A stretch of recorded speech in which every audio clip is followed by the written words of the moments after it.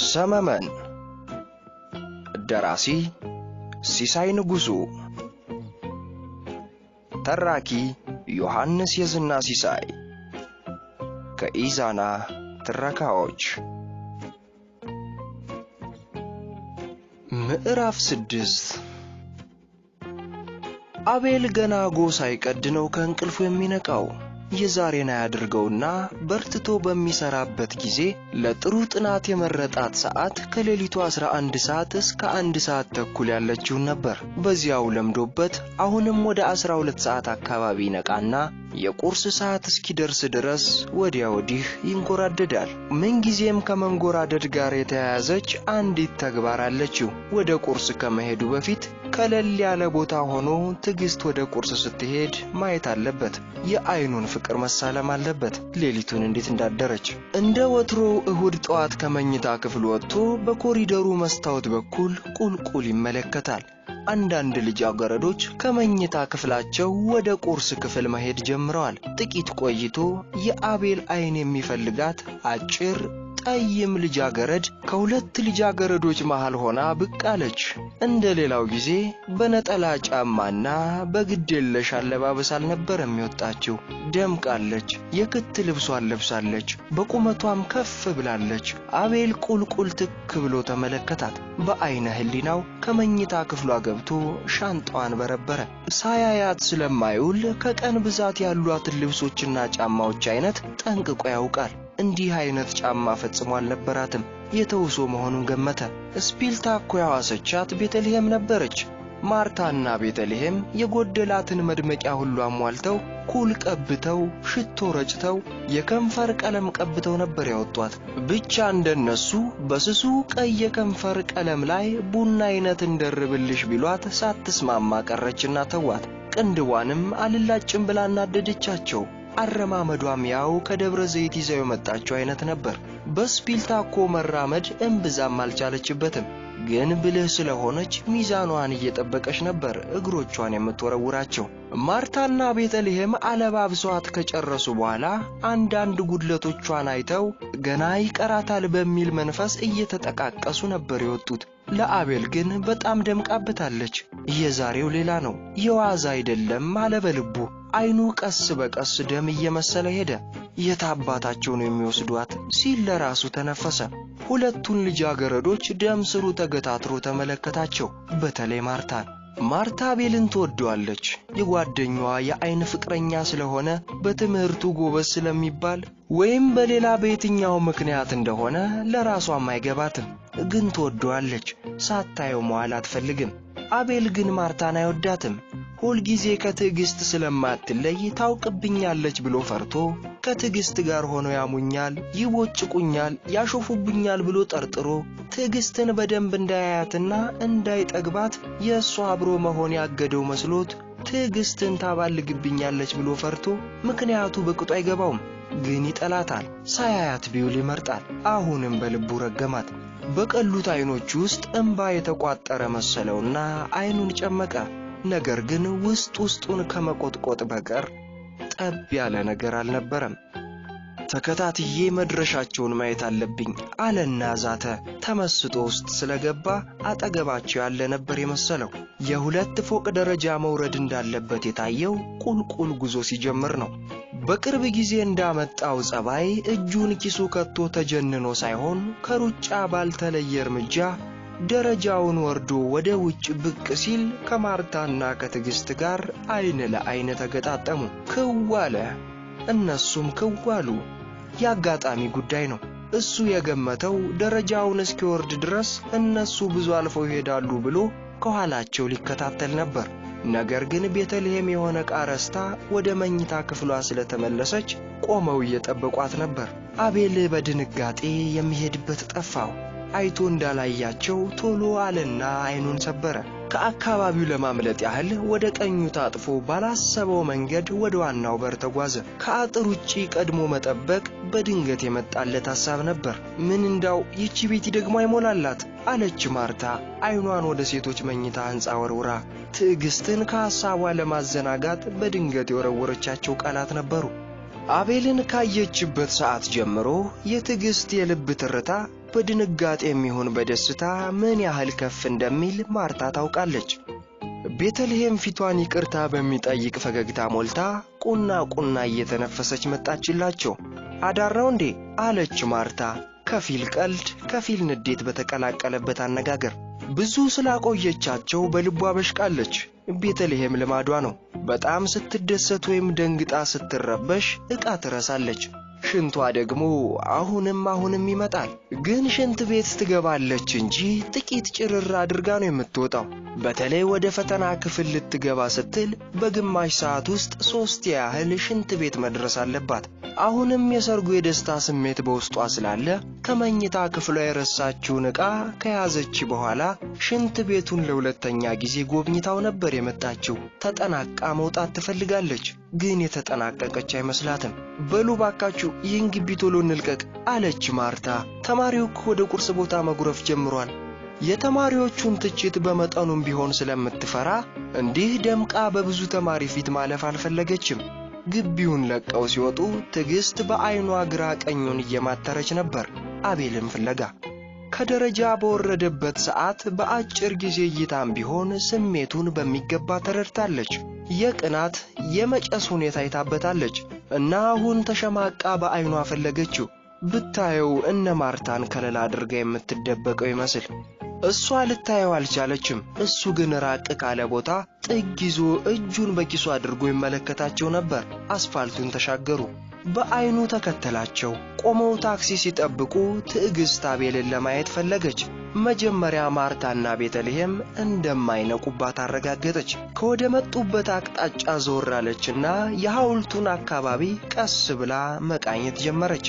እንደ አጋጣሚ በእሷና በአቤል መካከል አንድ የምታውቀው ሰው ከፊት ለፊቷ ሲመጣ ተመለከተችና እጇን አውለበለበች። አቤል ለሱ የተላከ መልእክት መሰለውና ከደስታ ብዛት የሚያደርገው ነገር ጠፋው። ከሰላምታው በተጨማሪ ሞቅ ያለ ፈገግታ ሆን ብላ ለሱ ያሳየችው መሰለው። እንኳን በፈገግታ ጊዜ ይቅርና ገና ልትናገር ስትል ጉንጯ ምንኛ እንደሚሰረጉድ ያውቃል። መጀመሪያ ያያትለት ዲምፕሏ ታየ። ሳቀች አለ በድንገት ድምጹን እንደማልጎምጎም አይነት አፈና አድርጎ። ለአጭር ቁመቷ ተመጥኖ የተሰራው የሚያምረው እግሯ ለሱ ብቻ የተፈጠረ የሚመስለው ባቷና ተረከዟ በሐሳቡ ታየው። ከፋይ የሚመስለው ገጽታዋ እንደ ንጋት አድማስ እየፈካ የሳቂት አይኖቹን ብርሃን ወደሱ ሲወረውር ታሰበው። እጆቹን ከኪሱ አወጣና ወራጫቸው። ከዛ በኩራት መንፈስ ወገቡን ያዘ። አሁን ልክ ነው፣ ትሳቅ፣ ትዕግስት ብቻ ትሳቅ፣ ያምርባታል አለ አሁንም አቤል። ልክ እንዲህ ሲል ሳያስበው ራሱ መሳቅ ይጀምራል። ከፊት ለፊቱ ሕፃን ልጅ ያቀፈች ሴትዮ ታክሲ እየጠበቀች ነበር። ታዲያ በአጋጣሚ ወደ አቤል ፊቷን ስትመልስ አቤል ያለ ምክንያት እያያት ሲስቅ ደነገጠችና በስማም ብላ የሕፃኑን ፊት በነጠላዋ ለበስ አድርጋ በፈጣን እርምጃ ወደ ማዶ ተሻገረች። ትዕግስት ስቃ ካበቃች ቆይታለች። አቤል ግን አሁንም ችምችም ያለው ጥርሷና ስስ ከንፈሯ ይታየዋል። ለምንድነው ግን አለ ለራሱ፣ ለምንድነው ይሄን ውበት ለማንም የምታሳየው? ደግሞ ቅናቱ አገረሸበት። ምን አስፈራህ አቤል? ለምትወዳት ልጅ አንድ ቃል መተንፈስ አቃተህ? ምን መሰለች፣ እሷም ሰው ነች እኮ፣ ወጣት ነች። ወደድኩሽ ማለት ምን ያስቸግራል? ደስ ትይኛለሽ በላት። እምቢ ብትልህ እኮ አትሞትም። ልክ ይሄን ከማለቱ እነ ትዕግስት ታክሲ አስቆሙና ገቡ። መኪናው ተነሳ። አቤል ኪሱን ዳበሰ። 35 ሳንቲም ብቻ ነበረችው። በስሙኒዋ ሊፈርድባት አሰበ። ግን ወዴት? ራቅ ብሎ ስለነበር በሸቀ። ታክሲዋ ከአይኑ እስክትርቅ ተከተላት። ቤተልሔምና ማርታ ከኋላ ወንበር ላይ ትዕግስትን ከመካከላቸው ነበር ያስቀመጧት። ሌቦች አላቸው በልቡ፣ ንብረቱን ሰርቀውበት እንደሄዱ ሁሉ። ወደ ዩኒቨርሲቲው ግቢ ተመልሶ መግባት አልፈለገም። ግቢው አስጠላው። ቀጥታውን መንገድ ይዞ ሄደ። የካቲት 12 ሆስፒታል ሲደርስ ለአፍታ ያህል ቆሞ ተመለከተ። እጁን በኪሱ አድርጎ በመገረም አይነት እንቅስቃሴውን ቃኘ። ሆስፒታሉ በር ላይ ትርምስ ነው። አዳሪ አስታማሚዎች በጋቢ ተጀቡነው በእንቅልፍ ጦት ተዳክመው አይናቸው ቀልቶ ይወጣሉ። ጎብኚዎች ስንቅ ይዘው ወደ ውስጥ ይገባሉ ደፍ ደፍ እያሉ። መግባት ያልተፈቀደላቸው ደግሞ በሩ ላይ ተኮልኩለው ዘበኛውን ይለማመጣሉ። ሆስፒታሉ በር አጠገብ ባለችው የፍራፍሬ መደብር መስኮት ላይ ብርቱካንና ሙዝ ገዢው ደርቷል። ቁርጡ ታውቆለት ሕመምተኛ የተባለ ሰው የታደለ ነው ሲል አሰበ አቤል። እንደዚህ ጎብኚዎች ይጎርፉለታል፣ የህመሙን አይነት ይጠይቁታል፣ መድኃኒት ይፈልጉለታል። ብቸኛ እንዳይሆን ወዳጅ ዘመዶቹ በፈረቃ አጠገቡ ያድሩለታል፣ ይውሉለታል። ህመሙ ያልታወቀለት ሰው ግን ብቻውን ነው የሚሰቃየው፣ የሚቃጠለው፣ የሚንገበገበው። የትዕግስትን ነገር ያለኔ ማን ያውቅልኛል?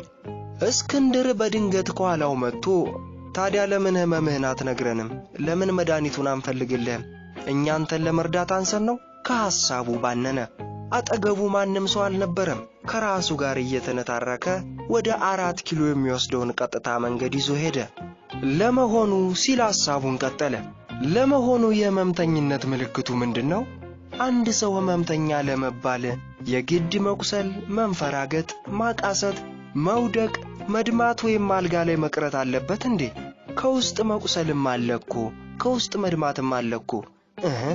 ሳያስበው እጁን አወራጨ። አንዲት አሮጊት በአጠገቡ ሲያልፉ አዩትና ወይ ልጄ እንደኔ ሐሳብ ገብቶታል አሉ። አልደነገጠም። ቀና ብሎ አያቸውና ዝም ብሏቸው ሄደ። 4 ኪሎ አደባባዩ ጋር ሲደርስ የትራፊክ መብራት እንደያዘው ሁሉ ቀጥ ብሎ ቆመ። ቀጥታ መንገድ ቢሆን እግሩ እስካደረሰው ድረስ ዝም ብሎ ይቀጥል ነበር።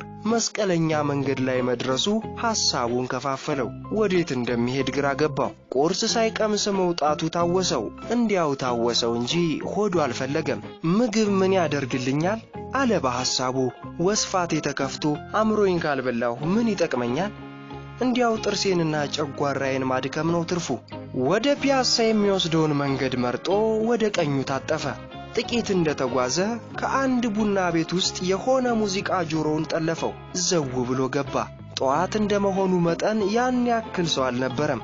የመልካሙ ተበጀ ዜማ በአዳራሹ ይንቆረቆራል። ኧረ መላምቱ ዘመድ ወዳጆቼ አይናፋር ሆኛለሁ አይናፋር አይቼ ሰላምታ አልሰጠኋት አላነጋገርኳት ባይኔ ብቻ ያየሁ አንድ ዓመት ወደድኳት ባይኔ ብቻ ያየሁ አንድ ዓመት ወደድኳት። አሳላፊዋ በድንገት ከፊቱ ተገትራ ምን ልታዘዝ አለችው። ሻይ አላት አቤል በሙዚቃው ጣልቃ ስለገባችበት ከአጠገቡ እንድትሄድለት ተቻኩሎ። አይኔ ተወርውሮ አይኗ ላይ ካረፈ ደፈና ዓመታችን መጋቢት አለፈ። ኧረ መላምቱ ዘመድ ወዳጆቼ አይናፋር ሆኛለሁ አይናፋር አይቼ።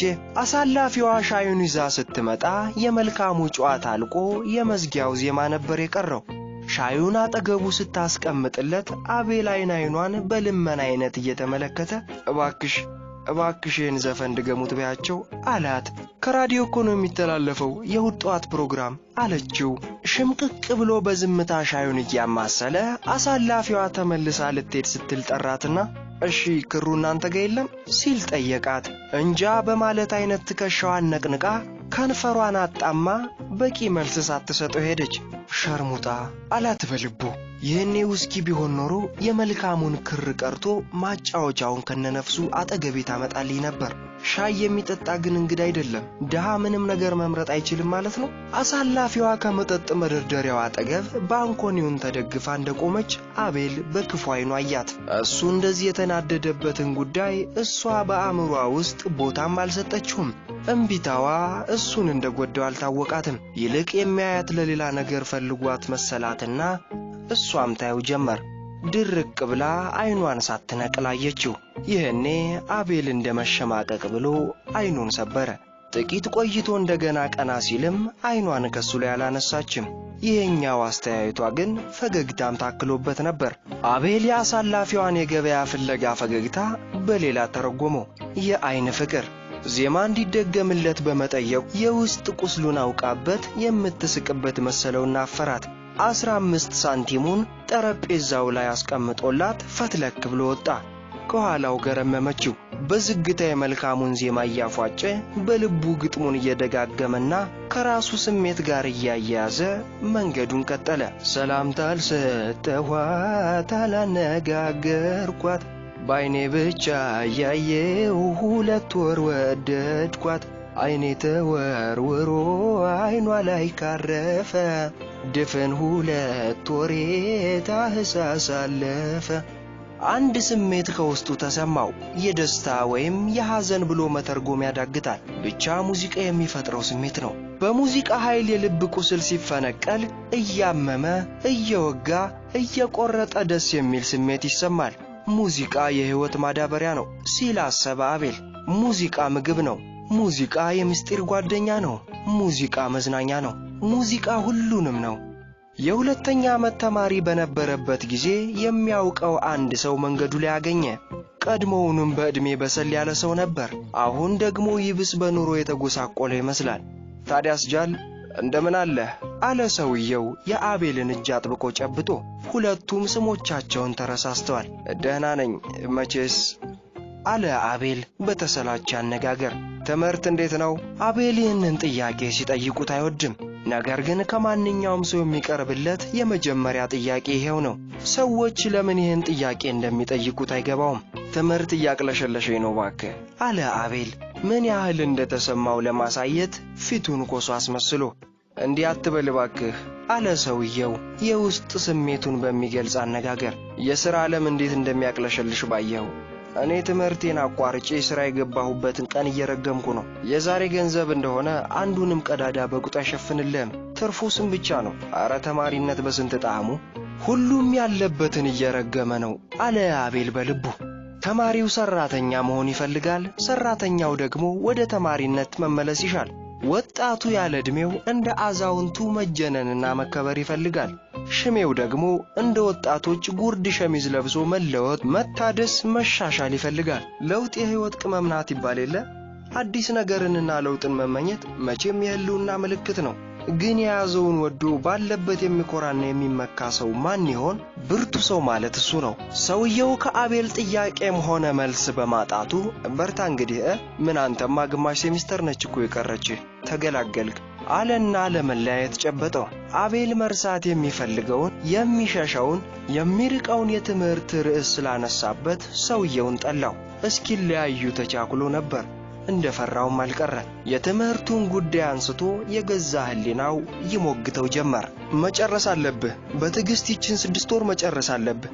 ደግሞ ትንሽ ነው የቀረህ፣ ያልቃል። መጨረስ የምችል አይመስለኝም። ቁም ነገሩ የጊዜው ወይም የኮርሱ ማነስና መብዛት አይደለም።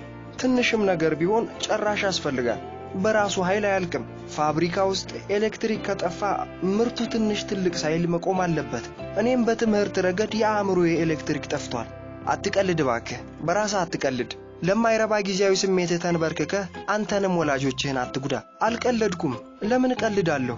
ከቶውንም በሕይወትና በፍቅር ቀልድ የለም። ወላጆቼም የራሳቸው ጉዳይ ነው። የራሳቸው ጉዳይ አይደለም፣ የአንተም ጉዳይ ነው። እነሱ በደሃ አቅማቸው ለፍተው ጥረውና ግረው እዚህ አድርሰውሃል። አሁን ሸምግለዋል። የአንተን እጅ ጠባቂዎች ናቸው። አስብ። ካላንተ ማን አላቸው? እንጃ በቃ አላውቅም። የሚያስብ አንጥሮ የሚመልስ ድንጋይ ብቻ ነው። ከሙሉ አእምሮ ጋር የተፈጠረ ሰው እንጃ ማለት አይችልም። እንጃ እንዴ? እሷ ትጠይቅ። ማነች እሷ? ጠይሟ አጭሯ ልጅ ስትስቅ ጉንጮቿ የሚሰረጉዱት ትዕግስት ትጠይቅ። ትዕግስት ስላንተ ምን አገባት? ልታስብለት፣ ልትጨነቅለት፣ ታስታምሙ የሚገባት እሷም እኮ የራሷ ሕይወት አላት። እና ስላንተ እንዴት አያገባትም? እንዴት? ይህ ሁሉ ችግር በማን ተፈጠረና እኮ እንዴት አያገባትም? ምዕራፍ 7 እድምተኞቹ ከወዲያ ወዲህ ይራወጣሉ፣ ሽር ጉድ ይላሉ። ዘመድ አዝማድ የቤት ልብሱን ለብሶ ውጭውን ያያል። ከበሮው ከምሽቱ ጀምሮ አላቆመም። ሌሊቱን አድሮበት ቀኑንም ውሎበታል።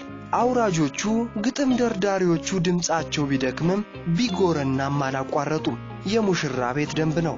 ሙሽሪት ቤቱን ለቃ እስክትሄድ ወይም እስክትወሰድ ድረስ መድመቅ አለበት። ከዚያ በኋላ ጭር ይላል። ዘመድ አዝማድ ብቻ ቀርቶ የተሰበረ ብርጭቆ ይቆጥራል። ወጭና ገቢውን ያሰላል። ክምር ትራፊ እንጀራ ከሳህን ያገለባብጣል። ቀኑ የትርምስና የደማቅ ትርኢት መድረክ ሆኖ ይውልና ማታ ድንኳኑ አፉን ከፍቶ ሲያዛጋ ያድራል። ውሾች ያንዣብቡበታል። ለሙሽሪትና ለሙሽራ ብቻ ተነጥፎ የዋለው የስጋጃ ምንጣፍ የልጆች መቦረቂያ ይሆናል። እስከዚያው ግን ከበሮ እየተደለቀ ነው። እንግዶቹ እየተንጫጩ ናቸው። ምን አይነቱ ባለጌ ነው አለች ማርታ ሙሽራውን በመተቸት አይነት። 9 ሰዓት ሊሞላ እኮ ነው፣ እንዴት እስካሁን አይመጣም?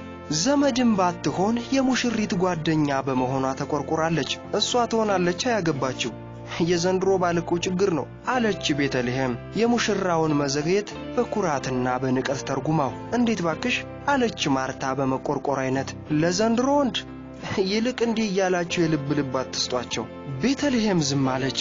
ሆ እንግዶቹን እኮ አንቃቃቸው አለችና ማርታ በንዴት ራሷን ነቀነቀች። ሙሽራው ገና ስላልመጣ ለእንግዶቹ መጠጥ እንጂ ምግብ አልቀረበም ነበር። ትዕግስትን ይህ ሁሉ አላስጨነቃትም። ከነ ቤተልሔም ጋር ወደ 5 ሰዓት አካባቢ የወጥ ሰሪዎች ቁርስ ስለቀማመሱ ብዙም አልራባትም። ሁለቱ ጓደኞች ለሙሽሪት ባላቸው ቅርበት የተነሳ አንዴ ጓዳ አንዴ ድንኳን ሽር ጉድ እያሉ እሷን ብቻኛ ስላደረጓት ጥላቸው ወደ ዘፈኑ ከተቀላቀለች ቆይታለች። የሰርጉ ዘፈን ደስ ብሏታል። አንዴ በሐሳብ መርከብ እያንሳፈፈ ወደ ኋላ መልሶ የደብረ ዘይቱን ሙሽሮች ያስቆጥራታል። አንዴ ደግሞ የራሷን የወደፊት የቀን ህልም እያሳለመ ያስቦርቃታል። በተለይ ዜማ የሚያወርዱት ጠና ያሉ ሴት ሁኔታቸው አስገርሟት ትክ ብላ ታያቸዋለች። ሁሉም ከወዲያ ወዲህ እትዬ ሙቀጫ ይላቸዋል። አጭር ሆነው ደርፎች ስላሉ ነው መሰል ይህ ስም ይወጣላቸው። በዘፈኑ ቦታ ኮከብ ናቸው። ከበሮውንም ሲይዙት ዜማውንም ሲያወርዱት ይደምቅላቸዋል። እሳቸው ሲያወርዱ እጁን ሰብስቦ የሚቀመጥ ካዩ የፈረደበት ነው። ሁሉም ባለ በሌላ ኃይሉ ያጨበጭባል።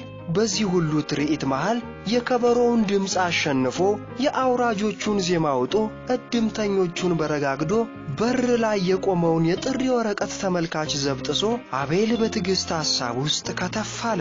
አይኗን ቦዘዝ እንዳደረገች ከሰርጉ ቦታ ወደ ካምፓስ ተጓዘች።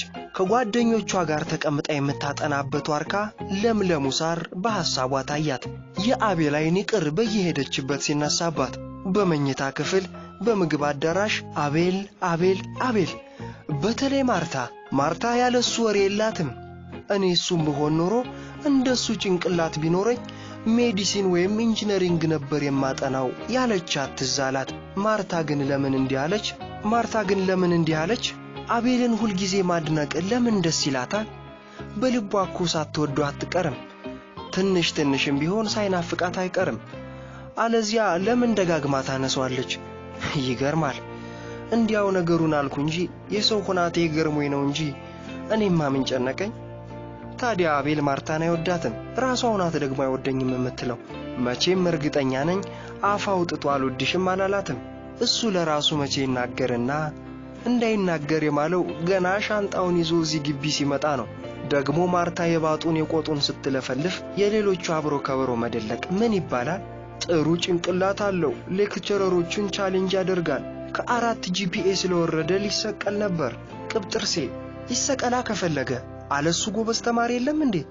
ደሞስ በቀደም ዕለት አዜብና አሰገደች ማርታ ስታወራላቸው ግማሽ ሰዓት ሙሉ አፋቸውን ከፍተው ከማዳመጥ ይልቅ አሳይመንታቸውን አይሰሩም ነበር። አሰገደች የማስረከቢያውን ቀን አሳልፋ ጋሼ ኤርሚያስ አልቀበልም አላት። እሱ ለራሱ ሲሪየስ ነው። አዜብ ግን ተስፋ የላትም። ከአባት ጦሮች ጋር ፀሐይ የሞቀች ማን ያወራላት? ማርታስ ብትሆን መቼ ከነሱ ትሻላለች? እሷ የምታውቀው አቤልን ማድነቅ ብቻ። ጎበዝ ተማሪ ማድነቅ ጎበዝ የሚያደርግ ይመስል። ኦፍ ኮርስ ብሪሊያንት ነው፣ እሱ የታወቀ ነው። ግን ነገሩን ሲያስቡት ደግሞ አቤል ብሎ ሲኒየር፣ የመጽሐፍ ብሪሊያንት፣ አቤል ብሎ ወጣት፣ ስሙ ራሱ ደስ አይልም። ትዕግስት ወደሚዘፍኑት ሴቶች ተመለከተች። በሆዷ ለራሷ የምታወራውን የሰማት ይመስል ግራና ቀኝ ወዳሉት ሰዎች አማተረች። አንዳንዶቹ ወዲያ ወዲህ ይሯሯጣሉ፣ አንዳንዶቹ እያጨበጨቡ ዘፈኑን ከሩቅ ያደምቃሉ። አልፎ አልፎ እጇን ለኮፍ ማድረጓ ባይዘነጋትም እነ ማርታን ስታይ በወጉ ማጨብጨብ ጀመረች። ቤተልሔምና ማርታ ጥቂት ቆይተው ከሁለት ወንዶች ጋር ፈጠን እያሉ ሲያልፉ አየቻቸው። ወደሷ ቀረብ ሲሉ ከማርታ ጋር የሚያወራው ቀጠን ያለ ወጣት ላይ አይኑ አረፈ። ማርታ ከሰው ጋር የመግባባት ችሎታ አላት፣ በተለይ ከወንዶች ጋር ስትላሰበች። ማርታ ወንድ ደስ የሚለኝ ቀጠን ሲል ነው እያለች ብዙ ጊዜ የምትናገረውን ነገር በሐሳቧ እየደጋገመባት ተሰማት። ወዲያው በድንገት አቤል ከፊቷ ላይ ድቅና አለባት። መልኩ በምናቧ መንቀሳቀስ ጀመረ። አቤል ጠይም ነው፣ ቀጠን ዘለግ ያለ፣ ከሲታ ሳይሆን ሁሌ የሚለብሰው ጃኬቱ ጠባቃ ባያደርገው በአቋቋሙ ሚዛኑን የጠበቀ ነው። አረማመዱ ኮራ ያለ አይነት ነው። እሷን ሲያይ መርገጫውን የማያውቅ ከመምሰሉ በስተቀር። አቤል አይኖቹ ተለቅ ያሉ ናቸው። ሰልካካ አፍንጫው የተመጠነ አወራረድና ለግንባሩ ገጽታ ተስማሚ አቀማመጥ አለው። ዞማ ጠጉሩ በደንብ ተበጥሮ የሚያውቅ አይመስልም። ይሁን እንጂ ለራስ ቅሉ እንደ ቆብ በልክ እንደተሰፋ ሁሌ ክርክም ያለ አይነት ሆኖ ድምቀቱ ከጥቁር ከፋይ ይወዳደራል። እስካሁን ጥርሶቹን በደንብ ለማየት አልተቻለም። አቤል መቼ ይስቃል? እንደማይስቅ ተገዝቶ ነው ካምፓስ የመጣው። እንዳውም 4 ዓመት ሁሉ በጭራሽ ስቆ አያውቅም። ጨፍጋጋ ፊት። እስቲ ምን ይባላል? በጨፍጋጋ ሰው መታማት። ቢሆንም ግን ለአመል ፈገግ ሲል በጨረፍታ አይተዋለች። አንድ ቀን ከእስክንድር ጋር ቆሞ ሲያወራ፣ ከዛም በፊት ሳታየው አትቀርም። ማስታወሱ ይቸግራል እንጂ ስንቱ ነገር ይታወሳል። አቤል ዝርዝር ያሉ ናቸው ጥርሶቹ። በጠይም ፊቱ ላይ እንደ ወተት ነጭ መሆናቸው ነው አይን የሚስበው። ድምፁ ግን ምን አይነት ነው የአቤል? መቼም በዚህ ጥርስ አቀማመጥ በትንሿ ኮልተፍ ቢል ሳያምርበት አይቀርም። ግን በየት በኩል እርሱ ለራሱ ዲዳ ነው፣ አይናገር አይጋገር። ይቺ ማርታ ግን ዋና ናት። ጥርሰ ፍንጭት ነው እያለች ማውራቷ ቀድሞ ነገር የታውቀውና ያው እንደኔ ነው ከሩቅ የምታየው። ትዕግስት ይሄን ስታስብ ቆይታ እስቲ በደንብ አየዋለሁ አለች በልቧ። እስክስታው ላይ ተተክሎ የነበረው አይኗ ቦዘዝ ብሎ ወደ ካምፓስ አዘገመ። ለምንድነው ጧት እንደዛ የተቆጣው ስትል አሰበች። አቤል ከደረጃ ወርዶ ፊት ለፊት በተገጣጠሙበት ሰዓት ከፊቱ ላይ ያየችው ቁጣ እንደገና ታያት። የሱ መቆጣት ብቻ ሳይሆን የራሷን መሸማቀቅ ነበር ያስገረማት። ንግግር የለ፣ ሰላምታ መለዋወጥ የለ፣ ተቀራርቦ መጫወት የለ። እንዲያውም እንደ ዲዳ እንደ ደንቆሮ ባይን ብቻ መገናኘት ምንድነው? እንቆቅልሽ ሆነባት። አይኗን ከድንኳኑ አሻግራ ወደ ማዶ ወረወረችው። እጇ ቀስ እያለ ማጨብጨቡን አቋረጠ። ትምህርቷን መከታ አድርጋ ልትሸሽ የምትታገለው የአይን ፍቅር እንደ ውሃ ጠብታ ቀስ በቀስ እያራሳት መሆኑ ተሰማት። መጨረሻውን አፈቃት። እሺ እንግዲህ መቼ ነው ታዲያ አፋውጥቶ የሚያናግረኝ ወይም አፋውጥቼ የማናግረው ስትል ማሰቧን ቀጠለች። ዛሬ ያናግረኛል ብላ ያሰበችበት የአንድ ቀኑ ጥሩ አጋጣሚ ታወሳት። የትምህርት ቀን ነበር። ነገር ግን ቀትር ሰዓት ላይ ስለሆነ የሚነቃቃ ሰው አልነበረም። አብዛኛው ምሳውን በልቶ በየክፍሉ ጋደም ብሏል። ጥቂቱ መጽሐፍት ቤት ገብቶ ያንኑ መጽሐፍ የሙጥኝ ብሏል። ትዕግስትን ከደብረ ዘይት የመጣ ዘመድ አስጠርቷት ወደ ውጭው በር ስትሄድ አቤል ቡና ጠጥቶ ከውጭ ሲመጣ ተገጣጠሙ። እሷ ፈጥና ነበር የምትራመደው። እሱም እሷን ባየ ጊዜ እጆቹን ከኪሱ አውጥቶ ፈጠን አለ። የተገጣጠሙበት መንገድ ወደ ግራም ወደ ቀኝም መታጠፊያ አልነበረውም። ሊቀራረቡ ጥቂት እርምጃ ሲቀራቸው የሁለቱም ልብ ትርታ ጨመረ። ትዕግስት ወደ ግራዋ ሰረቅ አድርጋ አየችው። እሱ መሬቱን ነው የሚያየው። አጠገቡ ስትደርስ ገልመጥ አደረገችው። ግልምጫዋ ለክፋት ያለችው አልነበረም። ምናልባት አቤል ለሰላምታ ጭንቅላቱን ሰብሮላት ፈገግ ብሎላት ወይም በግንባሩ ምልክት ሰጥቷት እንደሆን አጠፊታውን ልትመልስለት ነበር። አቤል ግን አጠገቧ ሲደርስ በልቡ እንዳልከጀላት ፈጽሞ እንዳልፈለጋት ጭራሽ እንደማያውቃት አይነት አንገቱን ደፍቶ ግንባሩን አኮማትሮ ቅርቅር አድርጓት አለፈ። ሁኔታው ትዕግስትን ረበሻት። በተለይ ችግሩን አስልታ ከትምህርቱ ጋር በተመለከተችው ጊዜ አይኗን ባቀረረ። እንቅፋት ስትል ለራሷ ተነፈሰች። ከዚያ ቀን በኋላ ከአቤል አይን ለመሸሽ ሞከረች፣ ግን ለማንም አላማከረችም። በእለቱ ከደብረ ዘይት ድረስ የመጣውን ዘመዷን እንኳን በቅጡ ሳታጫውተው ነበር የተለየችው።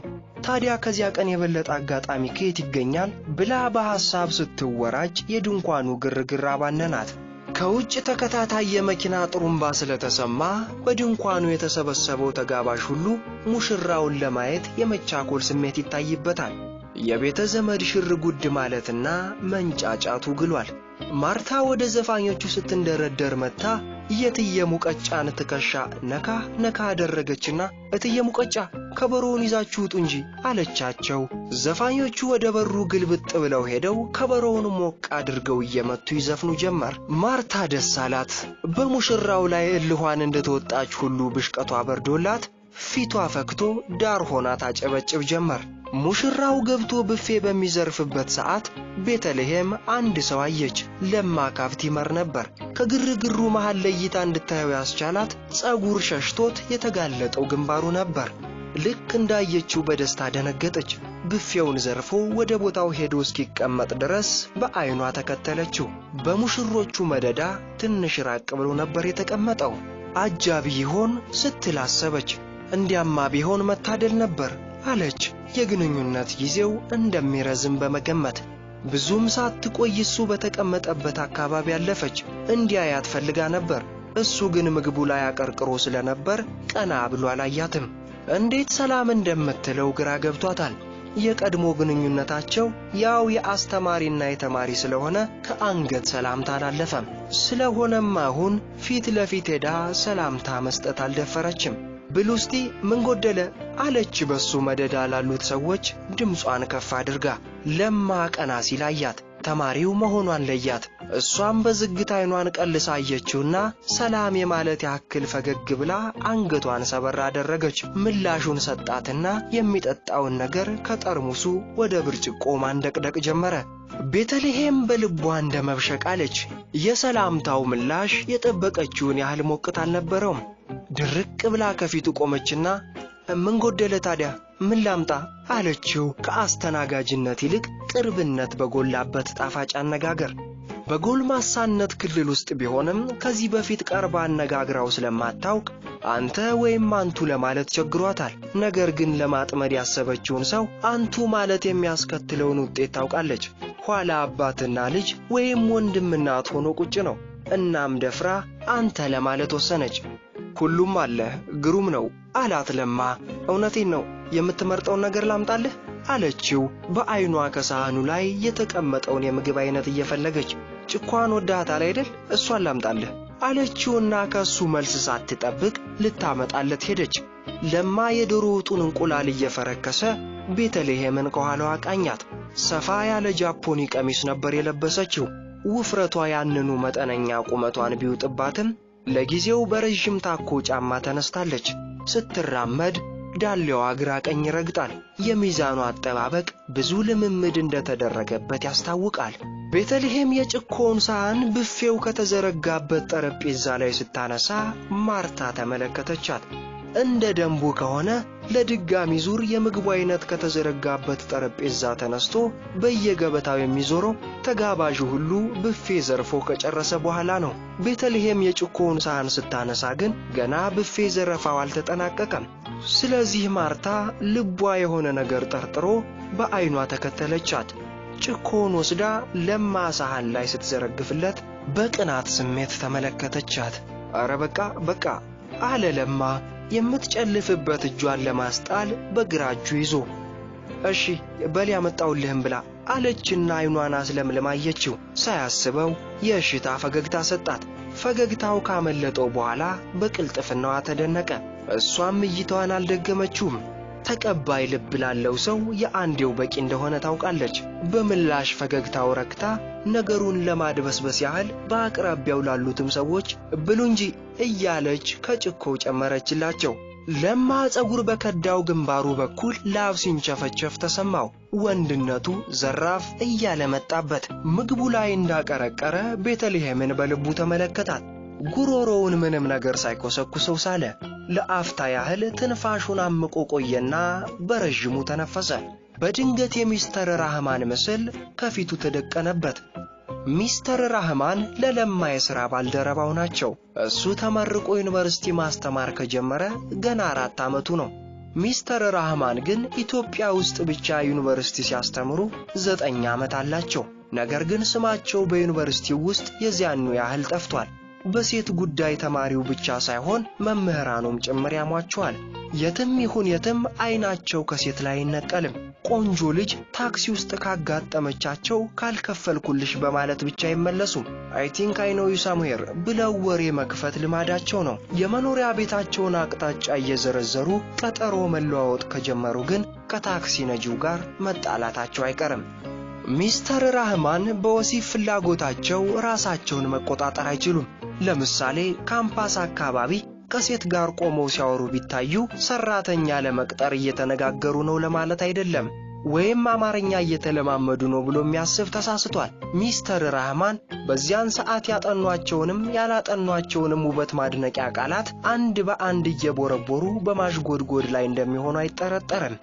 እንዳውም በልካላቸው የሴትዮዋን እጅ በእጃቸው ጥርቅም አድርገው እንደያዙ አደባባይ በመዞር ላይ ያለ የሞላ ታክሲ ወዲያውኑ ካላስቆምኩ ሊሉ ይችላሉ።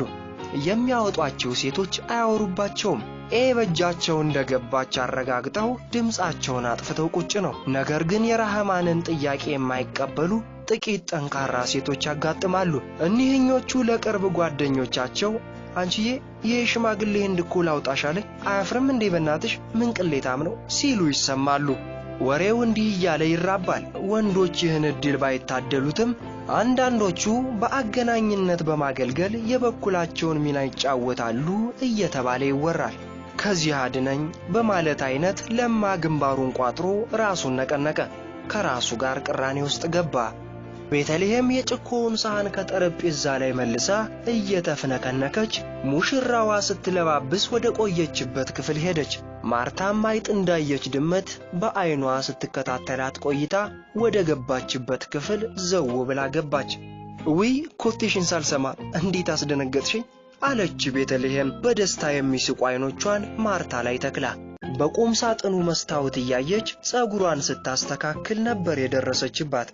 አለ ነገር አለች ማርታ ከፊል ቀልድ ከፊል ቅናት በተደባለቀበት ሞዛዛ አነጋገር። ከግብዣ መሃል አንስቶ ጸጉር የሚያስበጥር አለ ነገር መቻጣሹ ማርትዬ አለ እንጂ ጥብቅ ነገር ሰርግና ምላሽ መሃል ከመምሬ ጋር ስገጣጠም አለች ዜማ ቀረሽ በሆነ ድምጽ።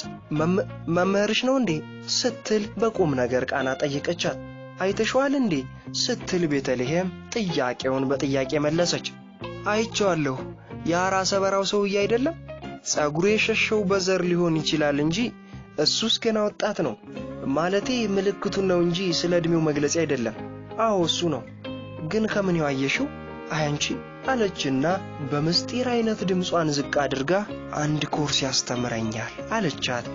ታዲያ እንዴት ነው አለች ማርታ ከንፈሯን ነከስ አድርጋ። እንዴት ይመስልሻል አለችና ቤተልሔም የግራ ጎን ዳሌዋን በመስታወት ውስጥ እየተመለከተች ጠብነዋ አለቻት። ለማንኛውም ነገር እድልና አጋጣሚ ያስፈልጋል አለች ማርታ በልቧ። አሁን ምን አለበት ፈጣሪ አንዱን መምህሬን አምጥቶ እዚህ ሰርግ ላይ ቢጥልልኝ።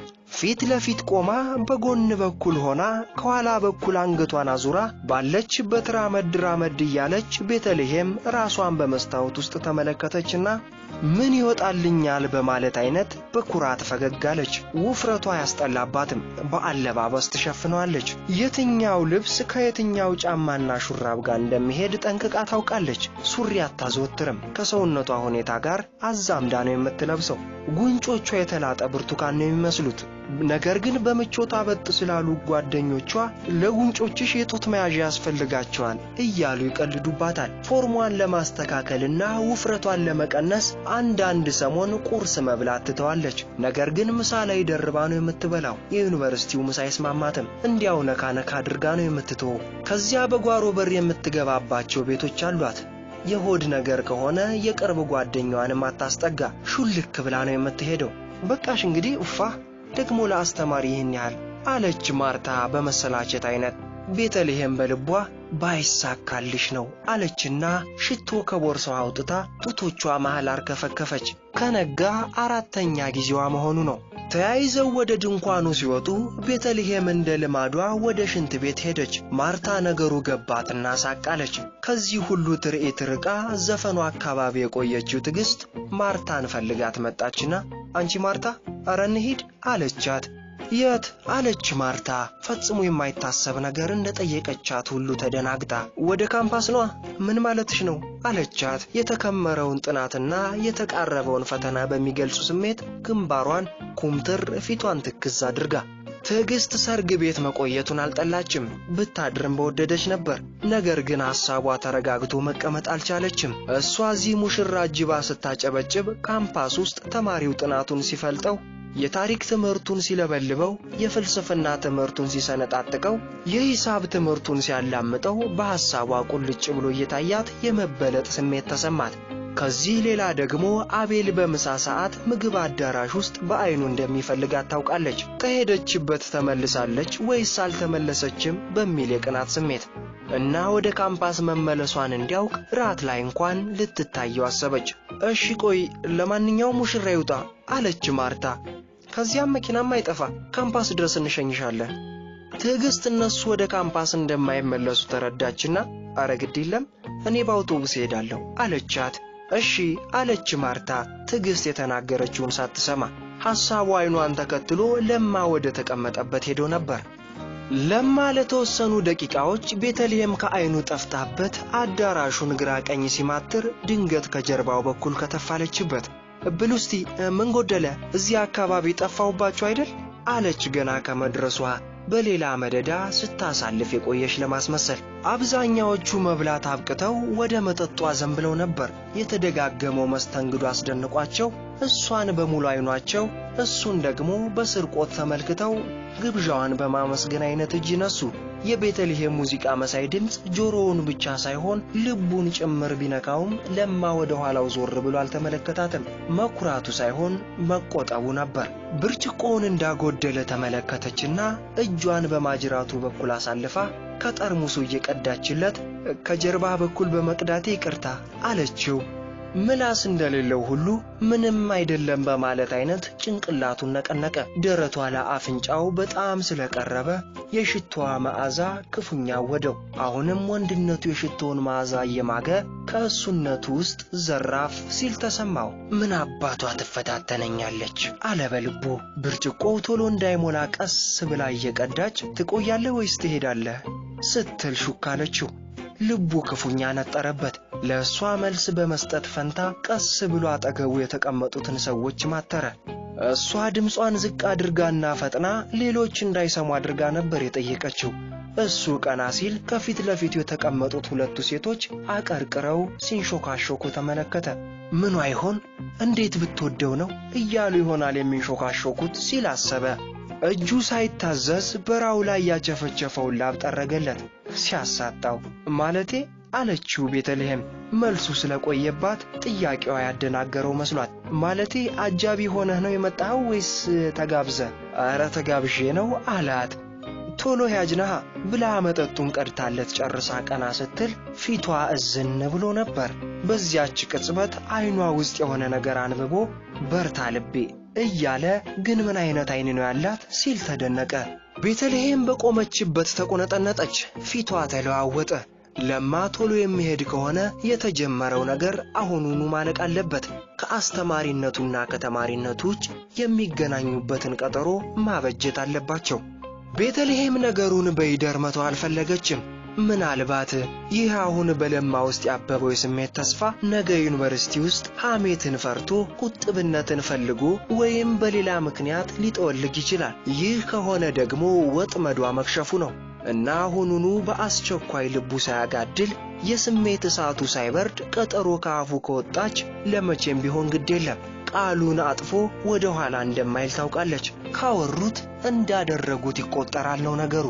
እንደ ደስታዋና እንደ ድንጋጤዋ ጊዜ ሁሉ አሁንም ለጉዳዩ አስቸኳይ መፍትሄ ለመስጠት ስሜቷ ስለተቆነጠነጠ ሽንቷ የመጣባት ውጥር አድርጎ ያዛት መሰላትና እግሯን አኮማትራ ቆመች። የለማ ልብ አርፎ አልተቀመጠም ነበር፣ ይንፈራገጣል።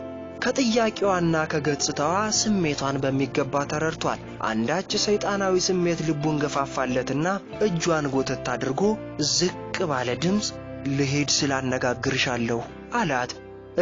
ሳትሰማው ቀርታ ሳይሆን ጆሮዋን ማመን አቅቷት ነበር። አልደገመላትም። ቶሎ የከፋው ልቧ ቶሎ ተደሰተ። እየተፍነከነከች ከሩጫ ባልተናነሰ እርምጃ ወደ ሽንት ቤት ሄደች። ጠረኗ ግን እዚያው ለማጋ ቀርቶ ነበር። ወትዋች ህሊናው ደረቱን ገልብጦ ቡጤ ጨብጦ ግንባሩን አኮማትሮ የቤተልሔምን ጠረን ላለማሽተት አፍንጫውን ደፍኖ እሱነቱ ውስጥ ግትር ብሎ ቆሞ ተመለከተው። ሁለት ለማዎች። ምንድነው ነውሩ? መምህር የሚያስተምራትን ልጃገረድ ቢወድ ከሚወዳት ተማሪው ጋር ቢዳራ ምንድነው ነውሩ? መውደድማ ባልከፋ ነበር። ነገር ግን የተወደደ ቼር ነው እና ማርክ አሰጣጥ ላይ ደግሞ የወደደ ልብ ወዳጅ ሲወድቅ ዝም ብሎ አይመለከትም። እና ታዲያ እናማ ምርጫው ሁለት ነው። ኤጭ ምዕራፍ 8 በገለጻው አዳራሽ የተሰበሰቡት ተማሪዎች ክትክት ብለው ሳቁ። አቤል ግን ሌክቸረሩ የተናገረውን ቀልድ ስላላዳመጠ ለሳቅ ዕድል አላጋጠመውም። በአዳራሹ ሳቅ ተኮርኩሮ ከሐሳቡ ከነቃ በኋላ አጠገቡ የነበረውን ተማሪ ስለ ሁኔታው እንዲያስረዳው ጠየቀው። ምንድነው አለው ድንግርግር ባለ ስሜት። አልሰማሁም እንዴ ብሎ ተማሪው ቀልዱን ሊነግረው ቢሞክርም ሳቁን መግታት አልቻለም ነበር። አቤል ደግሞ የተማሪውን ሳቅ አስጨርሶ ቀልዱን ለማዳመጥ ትዕግስት አልነበረውም።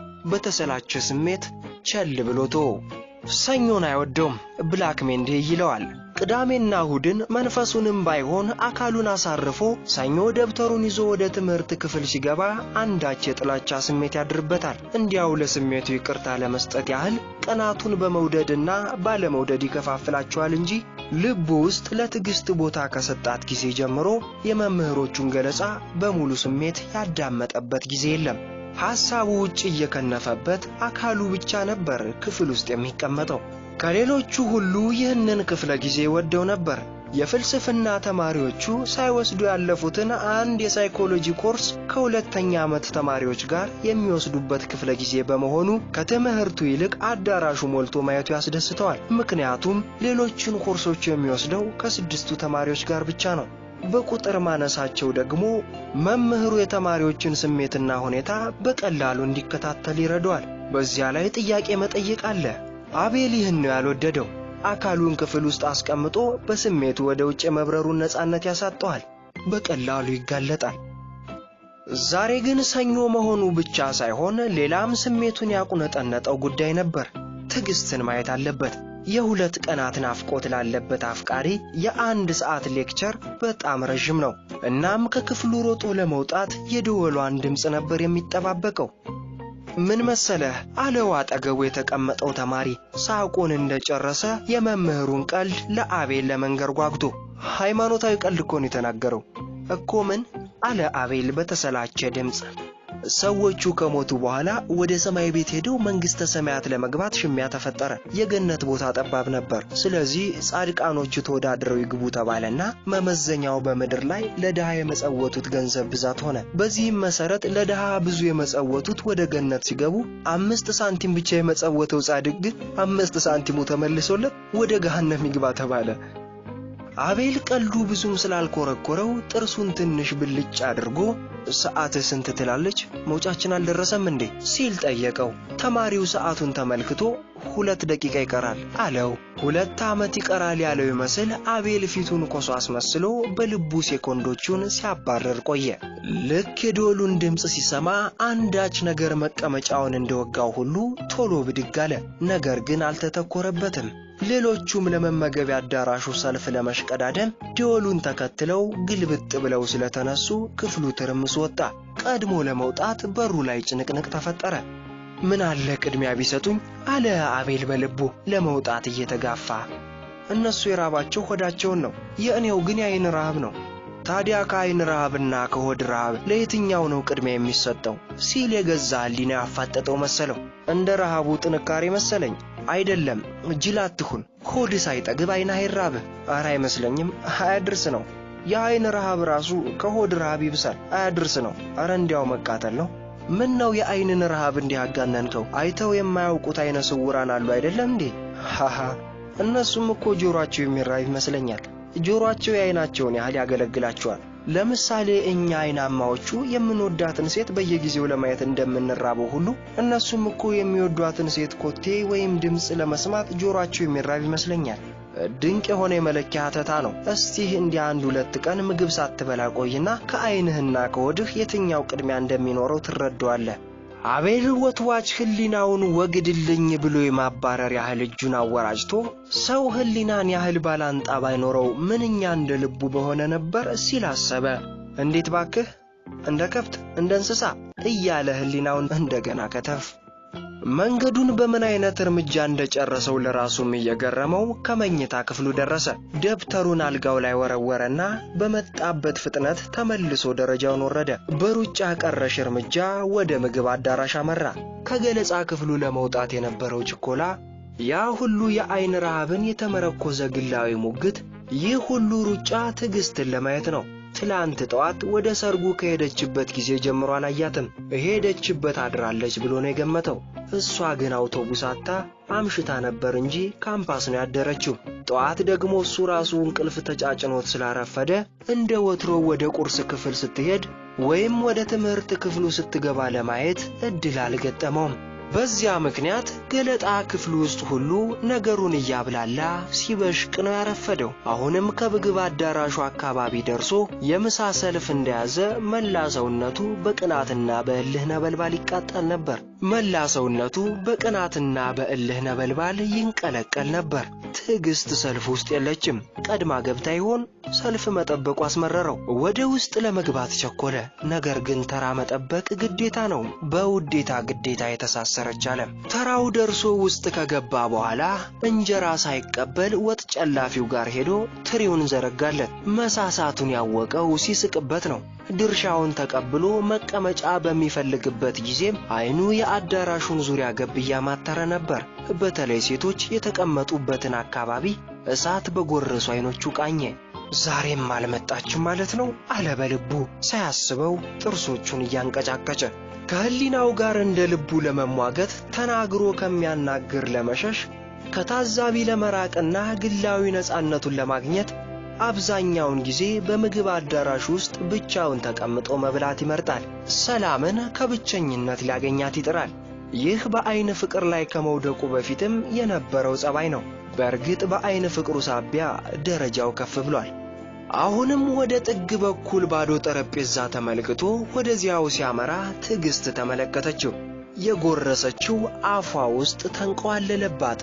ቶሎ ብላ አይኗን ልትሰብር ስትል ማርታ ቀለበቻት። ቤተልሔም ሁለተኛው ምግብ አዳራሽ ስለምትመገብ አብራቸው አልነበረችም። እንዲያው ይሄ ማሽላ እንጀራቸው አለች ማርታ ትዕግስትን ላለማሳፈር ብላ። በእርግጥም የሁዱ ግብዣ ገና ከውስጧ ስላልተፋ ሽሮዋ ልዋጥ ብሏት እየታገለች ነበር። ትዕግስት ምንም አላለችም። ከዚያ በኋላ ቀናም አላለች። አቤል መቀመጥ የፈለገበት አካባቢ ሲደርስ ድንገት አየችው። የቅናት እሳት የሚተፉ አይኖቹ በድንገተኛው እይታ ከማርታ ጋር በመገጣጠማቸው ድንግጥግጥ አለ። እግሩ የተሳሰረ መሰለው። አይኑን ሳይሰብር ከድንጋጤው ለማምለጥ ራመድ ሲል የአንድ ወንበር እግር ጠለፈው። በሁለት እጁ የምግብ ትሪውን ይዞ ስለነበር ተንገዳግዶ ሚዛኑን ጠብቆ መዳን አልቻለም። አሳዛኝ ትርኢት ሆነ። እሱ ከታች ያድነኛል ብሎ የተደገፈው ወንበር እግሩ ላይ ሲወድቅ የትሪው እንጀራና ወጥ ተገልብጦ ደረቱ ላይ ተደፋ። የትኩስ ወጥ ፍንጣቂ የደረሰባቸው በአካባቢው የተቀመጡ ተማሪዎች ተቆጥተው እየተፈናጠሩ ቢነሱም ትርኢቱ ቁጣቸውን ወደ ሳቅ ለወጠው። ካካታውን ሰምቶ የአዳራሹ ተመጋቢ ሁሉ ግልብጥ ብሎ ተነሳ። በአንዱ ድቀት ሌላው ሊስቅ። የሳምንቱ መሳቂያና መሳለቂያ ሆኖ የሚያቆየውን ወሬ ከሌላ አፍ ከመስማት ይልቅ አንዱ በአንዱ ላይ መንጠራራት ራሱ ሌላ ትርኢት ሆነ። እስክንድርም እንደ ሌሎቹ ተንጠራርቶ ሲያይ ተዋናዩ አቤል መሆኑን በተመለከተ ጊዜ አይኑን ማመን አቃተው። ግፊያውን እየበረጋገደ አልፎ አጠገቡ ሲደርስ በወጥ የተጨማለቀ ልብሱን እየጠራረገለት አቤል ምን ነው? ምን ነካ? አለው። አቤል ምንም አልመለሰለትም። ከወደቀበት ተነስቶ ቢቆምም በድንጋጤ ክው ብሏል። ከዚያ አዳራሽ ተፈትልኮ መውጣት ነበር ፍላጎቱ። ግን በየት በኩል? የዚያ ሁሉ ተማሪ አይን አንድ እርምጃም እንደማያራምደው ገመተ። ሆኖም እስክንድርን አጠገቡ በማግኘቱ ትንሽ ቀለል አለው።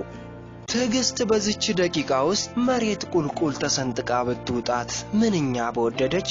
ካካታውን ሰምታ ቀና ስትልና አቤል ከያዘው ትሪ ጋር ሲወድቅ ስትመለከት ሽምቅቅ ብላ አንገቷን ጠረጴዛው ላይ እንደደፋች ቀረች። የሚቀጥለውን ትርኢትም ለማየት ቀና አላለችም። ተማሪው ሁሉ ወደ ወደቀው ወጣት ሳይሆን ወደ እሷ የሚያይ መሰላት። እንባዋ ድንገት ሊመጣባት ሲል ገታችው። አቤል በምግብ አዳራሹ በር ከእስክንድር ጋር ሲወጣ ማርታ ተመለከተች። እሷም በድንጋጤ የምትገባበት ጠፍቷታል። ተደናግጦ ለመውደቁ ምክንያት የሆነው ከእሷ ጋር አይን ለአይን መገጣጠማቸው ስለመሰላት ትግስት አለቻት ፈራ ተባ በሚል ድምፅ። ወዬ እንሂድ እንውጣ። ትግስት እንባዋ እንዳይመጣ እንደምንም እየተጠነቀቀች ቀስ ብላ ቀናለች። እንደፈራቸው አልሆነም። አዳራሹ ውስጥ ያሉት ተማሪዎች በሁኔታው እየሳቁ ምግባቸውን ከማጣጣም በስተቀር እነ ትግስትን ልብ ብለው አልተመለከቷቸውም። የበሉበትን ትሪ ሳያነሱ ግራ ቀኝ ሳይመለከቱ ሁለቱም አንገታቸውን አቀርቅረው ፈትለክ ብለው ወጡ። ከቀትር በኋላ ወደ 9 ሰዓት አካባቢ እስክንድር ከመኝታ ክፍሉ ተጠራ። አልጋው ላይ ጋደም ብሎ እያነበበ ነበር። ማን ነው የፈለገኝ? አለ ተልኮ የመጣውን ተማሪ። አንዲት ልጅ ናት። ወደዚህ ስመጣ አይታኝ አንተን እንድጠራላት ጠየቀችኝ። ስሜን የምታውቅ ናት? እሷ ስምህን ጠርታ ነው ንገርልኝ አለችኝ። በፈጣን እርምጃ ከመኝታ ክፍሉ ወጥቶ ደረጃውን ወርዶ ወደ ውጪ ብቅ ሲል ማርታ ደመቀን ቆማ ተመለከታት። ግራ አለው። ከአሁን በፊት ግቢው ውስጥ መታየት ካልሆነ በስተቀር ንግግር አልነበራቸውም። ማርታ እሷ እንዳስጠራችው እንዲያውቅ ፈገግ አለችለት። ዝብርቅርቅ ባለ ስሜት ልቡ እየነጠረ ቀረባት። እኔ ጋር ነው አላት የውስጥ ስሜቱን በሚገልጽ ጣፋጭ ቅላጼ። እኔ ጋር ነው አላት የውስጥ ስሜቱን በሚገልጽ ጣፋጭ ቅላጼ። አዎ ስለ አቤል ልጠይቅ ነው አለችው ዝን ብላ። የአቤልንም የእኔንም ስም እንዴት አወቀች ሲል አሰበ። ወዲያው ግን ለምን ጅል ሆናለሁ? እኔ ራሴ እሷንና የትግስትን ስም አጣርቼ አውቅ የለም እንዴ? የእነሱ ማወቅ ያስደንቃል። እንዲያውም ለወሬ ሴቶች ይብሳሉ አለ። ባይነጋገሩም በአይን እየተገራረፉ የተላለፉበትን ቀን በልቡ ያስታወሰ። እንደ ሴትነቷ ስማቸውን አውቃ እንዳላወቀች ለመሆን አለመሞከሩ አስደነቀው። እንደ ሴትነቷ ስማቸውን አውቃ እንዳላወቀች ለመሆን አለመሞከሩ አስደነቀው። አመጣጧ ብዙ ነገር ጭንቅላቱ ውስጥ አተረማመሰበት። የተጠቀለለ ነገር ይዛለች። ትዕግስት ራሷ መምጣት ፈርታ ልካት ይሆን አሰበ።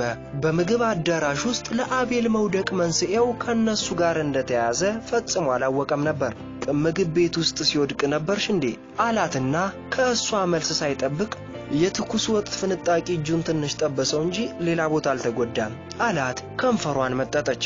እምልሽ መቼም እዚያ ሁሉ ተማሪ መሃል መውደቁ ራሱ ህመም ነው አለ አይደል? የአጋጣሚ ነገር ቢሆንም ያሳፍራል። እና በድንጋጤ ትንሽ ተረብሾ ምሳውንም ባመጣለት ሊበላ አልቻለም። አሁን ተኝቷል። ድንጋጤው ሲያልፍለትና ሁኔታውን ሲረሳው ደና ይሆናል አላት። እንደገና ከንፈሯን መጠጠችና ውይ በእናትህ አወዳደቁ እንዴት ሰቀጠጠኝ መሰለ፣ ብቻ እንኳን ተረፈ አለችው። አስተዛዘኗ ልቡን ነካው። ምን ነው እኔ በወደኩና እንዲህ ባዘንሽልኝ አለ በሐሳቡ። ልቡ ስለተረጋጋ አይኖቹ ውበቷን ከላይ እስከ ታች ማስተዋል ይዘው ነበር። አፍንጫውም ከትኩሳቷ ጋር የሚተነውን ሽቶ መቀበል ጀምሯል። ስትናገር ትንፋሿ ራሱ ሽቶ መሰለው። ከእሁድ የሰርግ አለባበሷና አኳኳሏ ከፊሉ ላይዋ ላይ ቀርቶ ነበር። በአንገተ ክፍቱ ሹራቧ በኩል የተላጠ ሽንኩርት መስለው ብቅ ያሉት ጡቶቿ ከእስክንድር አይን ጋር ተፋጠጡ። ጡት መያዣ አላደረገችም ነበር። ይህንን ለአቤል ነው ያመጣውለት አለችና ይዛው የነበረውን የተጠቀለለ ነገር ሰጠችው። ኬክ ገዝታለት ነበር። እስክንድር የባሰውን ድንግርግር አለ። ይህን ለሚያህል ውለታ የሚያበቃ ግንኙነት ነበር ማለት ነው አለ በልቡ። አቤልን ጠረጠረው። ሆኖም ከማርታ ጋር አቀራርቦ ያነጋገረውን ይህን አጋጣሚ ወደደው። ኬኩን ሰጥታው ጥቂት መንገድ ከሄደች በኋላ በአንዳች ግፊት ተስባ ዘወር ስትል እንደ አጋጣሚ እስክንድርም የዞረባት ቅጽበት ስለነበረች አይን ለአይን ተገጣጠሙ። ሁለቱም ተፋፍረው ፊታቸውን ወደ መንገዳቸው መለሱ። እስክንድር ኬኩን ይዞ ወደ መኝታ ክፍሉ ሲመለስ ጆኒ ለካየዋ ስትመስል ውስጡን ጉዳዩን አጠናክራለች እያለ በልቡ አቤልን ያማው ነበር። ከክፍሉ እንደገባ አቤልን አስነሳውና ቀና በልባክ ጣፋጭ ምግብና ጣፋጭ ወሬ አምጥቼልሃለሁ አለውና በችኮላ ሽጉን ፈቶ አንድ ኬክ አውጥቶ ለራሱ ገመጠ። አቤል ለምንም ነገር ባልጓጓ ስሜት ተወኝ እባክህ እስክንድር፣ ምንም አልፈልግም፣ ብተኛ ይሻለኛል አለው። ፊቱን ትራሱ ላይ እንደደፋ ነበር። እስክንድር ሌላ ኬክ አውጥቶ ጓደኝነት በተሞላው ስሜት አንቺ ደግሞ እንዲያው በቀላል ነገር መብሸቅ ይቀናሻል። ተደናቅፎ መውደቅ በማንም ላይ ሊደርስ የሚችል አጋጣሚ ነው። ይልቅ ተነሽና ይችን ነገር ግመጭ አለው። አቤል ጆሮ ዳባ ልበስ ብሎ ዝም። እስክንድር ነገሩን ለማቅለል ያህል ብቻ ሳይሆን በጊዜው ያስደንግጥ እንጂ በእርግጥም ቀላል ነው ብሎ ነበር የገመተው። የአቤል ምላሽ ግን ጠነከረበት። ትንሽ ቆየና ዘዴ ያገኘ ወይም አቤልን ከመጥፎ ስሜቱ ያዘናጋ መስሎት አረ ሌላው ቢቀር ውቃቢዋ ያህል ይበላልኛል ብላ ደክማ አምጥታለህ አለና ሳይጨርስ አቤል አቋረጠው። እንዴት ኬኩን ማን ነው ያመጣው አለ አቤል ጉጉት ባዘለ ደካማ ድምጽ። ቀስ ብሎ ፊቱን ከደፋበት ትራስ አነሳ። ምሳውን አልበላ ስላለው ኬኩን እስክንድር ራሱ ገዝቶ ያመጣለት መስሎት ነበር።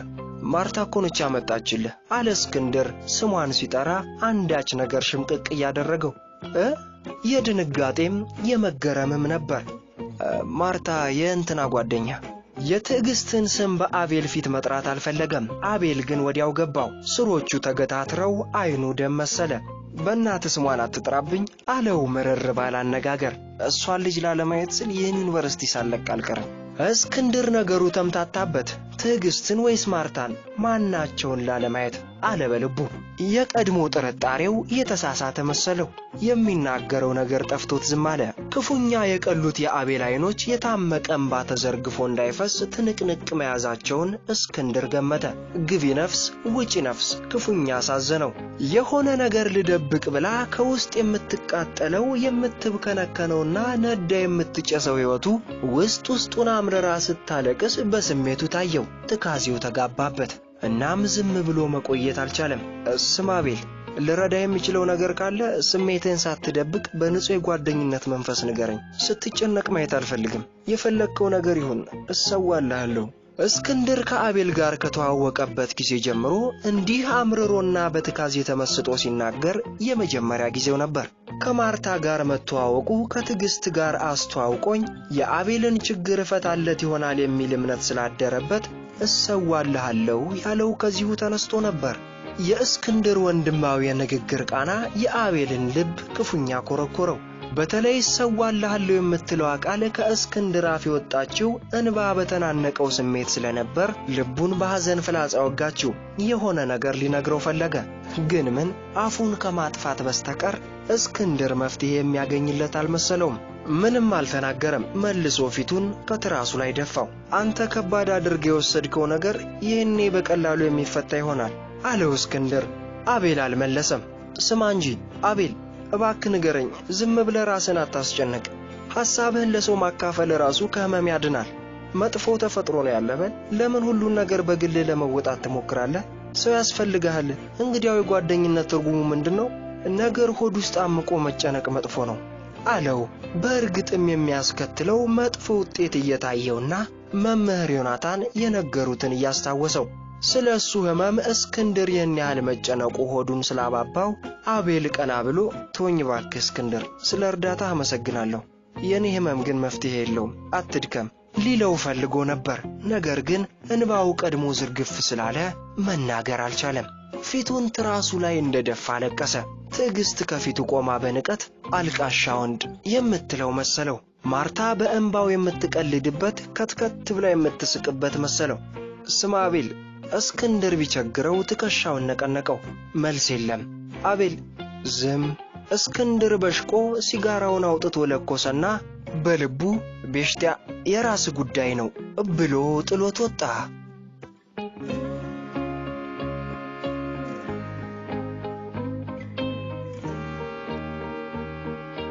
ሰመመን ደራሲ ሲሳይ ንጉሱ፣ ተራኪ ዮሐንስ የዝና ሲሳይ፣ ከኢዛና ትረካዎች